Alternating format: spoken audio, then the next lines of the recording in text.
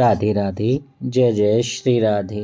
श्री हरिवंश राधा वल्लभ लाल की जय हो। सभी संतों हरिभक्तों की जय हो। पूज्य गुरुदेव महाराज की जय हो। श्री हरिवंश महाप्रभु की जय हो। भगवान श्री कृष्ण की जय हो। श्रीमद् भगवद गीता की जय हो। जय श्री राधे।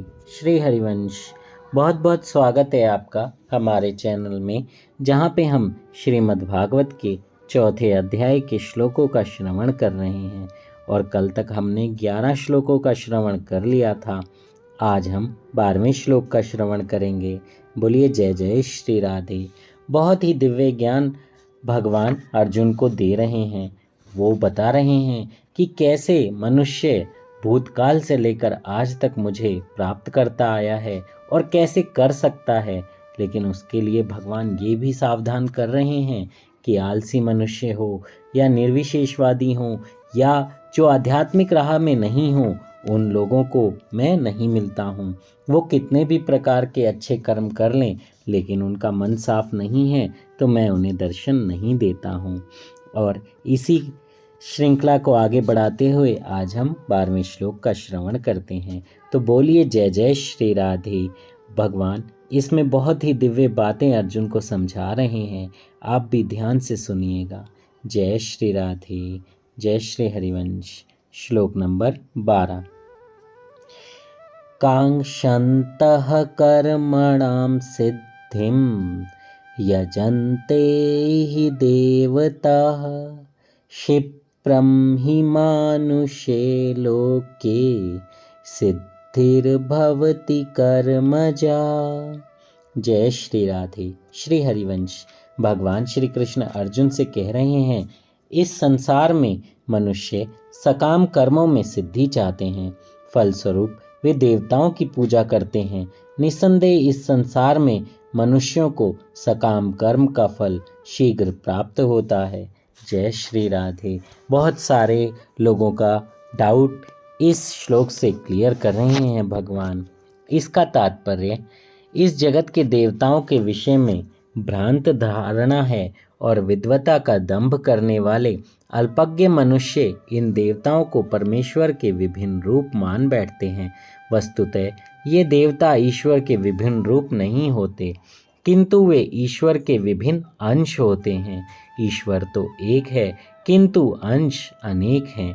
वेदों का कथन है, नित्यो नित्यानाम। ईश्वर एक है, ईश्वरः परम कृष्णः। कृष्ण ही एकमात्र ईश्वर है। भगवान श्री कृष्ण ही सब कुछ हैं, अंत भी और आरंभ भी। और सभी देवताओं को इस भौतिक जगत का प्रबंध करने के लिए शक्तियाँ प्राप्त हैं। इसे हम ऐसे भी कह सकते हैं कि इस संसार का राजा एक है, पर उसके मंत्री अनेक हैं।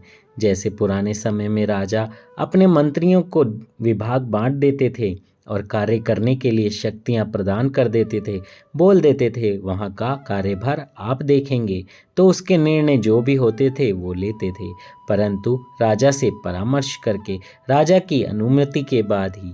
ऐसे ही भगवान श्री कृष्ण ही एक राजा हैं, बाकी सारे जितने भी देवता गण हैं उनके अंश हैं, यानी मंत्री हैं।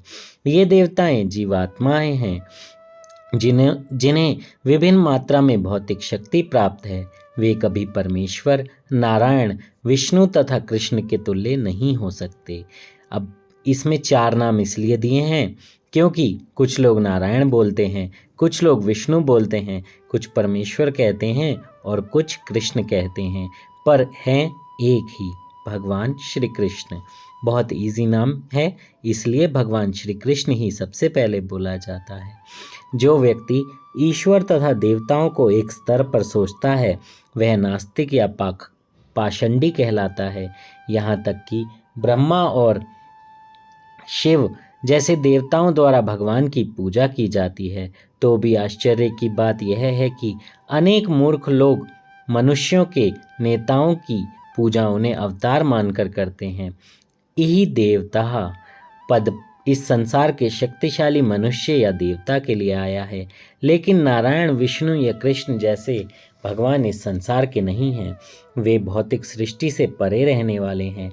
निर्विशेषवादियों से के अग्रणी श्रीपाद शंकराचार्य तक मानते हैं कि नारायण या कृष्ण इस भौतिक सृष्टि से परे हैं। फिर भी मूर्ख लोग देवताओं की पूजा करते हैं क्योंकि वे तत्काल फल चाहते हैं। उन्हें फल मिलता भी है, किंतु वे नहीं जानते ऐसे फल क्षणिक होते हैं और अल्पज्ञ मनुष्यों के लिए हैं। बुद्धिमान व्यक्ति कृष्ण भावना अमृत में स्थिर रहता है। उसे किसी तत्काल क्षणिक लाभ के लिए किसी देवता की पूजा करने की आवश्यकता नहीं रहती। इस संसार के देवता तथा उनके पूजक इस संसार के संहार के साथ ही विनष्ट हो जाएंगे। देवताओं के वरदान भी भौतिक तथा क्षणिक होते हैं। यह भौतिक संसार तथा इनके निवासी, जिनमें देवता तथा उनके पूजक भी सम्मिलित हैं, विराट सागर में बुलबुलों के समान हैं। किंतु इस संसार में मानव समाज क्षणिक वस्तुओं यथा संपत्ति, परिवार और भोग की सामग्री के पीछे पागल रहता है। ऐसे क्षणिक वस्तुओं को प्राप्त करने के लिए लोग देवताओं की या मानव समाज के शक्तिशाली व्यक्तियों की पूजा करते हैं। यदि कोई व्यक्ति किसी राजनीतिक नेता की पूजा करके सरकार में मंत्री पद प्राप्त कर लेता है तो वह सोचता है कि उसने महान वरदान प्राप्त कर लिया। इसलिए सभी व्यक्ति तथाकथित नेताओं को साष्टांग प्रणाम करते हैं, जिससे वे क्षणिक वरदान प्राप्त कर सकें और सचमुच उन्हें वो वस्तुएं मिल जाती हैं। ऐसे व्यक्ति इस संसार के कष्टों के स्थायी निवारण के लिए कृष्ण भावना अमृत में अभिरुचि नहीं दिखाते। वे सभी इंद्रिय भोग के पीछे दीवाने रहते हैं और थोड़े से इंद्रिय सुख के लिए वे शक्ति प्रदत्त जीवों की पूजा करते हैं, जिन्हें देवता कहते हैं। यह श्लोक इंगित करता है कि विरले लोग ही कृष्ण भावना अमृत में रुचि लेते हैं। अधिकांश लोग भौतिक भोग में रुचि लेते हैं। फलस्वरूप वे किसी न किसी शक्तिशाली व्यक्ति की पूजा करते हैं। जय श्री राधे। बहुत ही दिव्य श्लोक है और बहुत ही दिव्य ज्ञान दिया गया है, इसलिए आज मैंने एक ही श्लोक किया ताकि आप अच्छे से समझ पाएं। इस श्लोक को बार बार सुनिए और समझिए क्यों संत भगवान, क्यों सारे संत महाराज क्यों कहते हैं कि आप नाम जप कीजिए, राधा राधा बोलिए।